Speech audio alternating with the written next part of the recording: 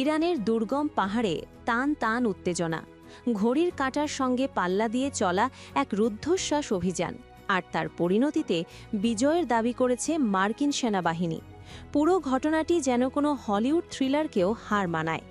মার্কিন যুক্তরাষ্ট্রের দাবি অনুযায়ী তেহরানের আকাশসীমায় নিখোঁজ হওয়ার প্রায় ৪৮ ঘণ্টা পর শত্রু শিবিরের একেবারে কাছ থেকে উদ্ধার করা হয়েছে তাদের বিমান বাহিনীর এক কর্নেলকে।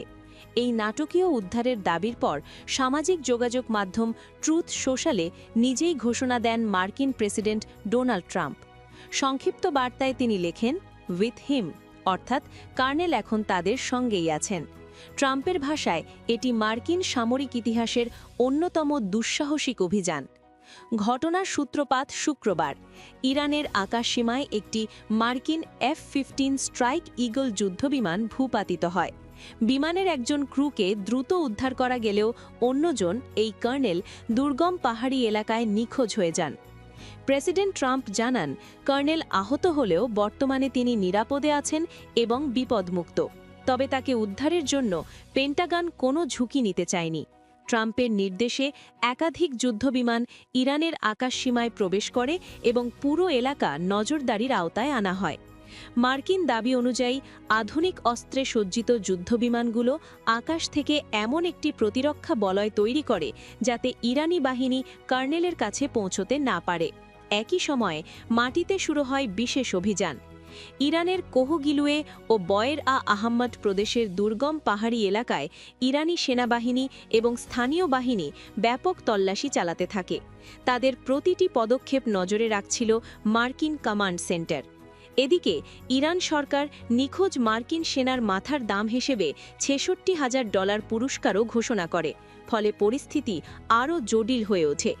প্রায় ২ দিন ধরে কর্নেল ওই পাহাড়ি এলাকায় আত্মগোপনে ছিলেন। এই সময়ে শতাধিক মার্কিন স্পেশাল অপারেশন ফোর্স গোপনে শত্রু ভূখণ্ডে প্রবেশ করে। তারা জীবন বাজি রেখে অভিযান চালিয়ে শেষ পর্যন্ত কর্নেলকে উদ্ধার করতে সক্ষম হয় বলে দাবি করা হচ্ছে। ট্রাম্প জানান, এই পুরো অভিযানে কমান্ডার ইন চিফ থেকে শুরু করে জয়েন্ট চিফ অফ স্টাফ সবাই ২৪ ঘণ্টা পরিস্থিতি পর্যবেক্ষণ করেছেন। তার দাবি অনুযায়ী এত বড় অপারেশন পরিচালনার পরও একজন মার্কিন সেনাও নিহত বা আহত হননি। তিনি একে মার্কিন সামরিক শক্তির প্রমাণ এবং আকাশপথে তাদের পূর্ণ আধিপত্যের উদাহরণ হিসেবে তুলে ধরেছেন। তবে ইরানের পক্ষ থেকে এই ঘটনার ভিন্ন প্রতিক্রিয়া এসেছে। তারা ট্রাম্পের দাবিকে বোকামি বলে আখ্যা দিয়েছে এবং পাল্টা বড় ধরনের চমক দেওয়ার হুঁশিয়ারি দিয়েছে। এর আগে কুয়েত সীমান্ত এলাকায় একটি মার্কিন A-10 ওয়ার্থহগ যুদ্ধবিমান ভূপাতিত করার দাবিও করেছে ইরান, যা এই উত্তেজনাকে আরও বাড়িয়ে তুলেছে। সব মিলিয়ে মধ্যপ্রাচ্যের এই পরিস্থিতি এখন অত্যন্ত স্পর্শকাতর। দুই পক্ষের পাল্টাপাল্টি দাবি আর শক্তি প্রদর্শনের মধ্যে ভবিষ্যতে কী ঘটতে যাচ্ছে তা নিয়ে উদ্বেগ বাড়ছে আন্তর্জাতিক মহলে।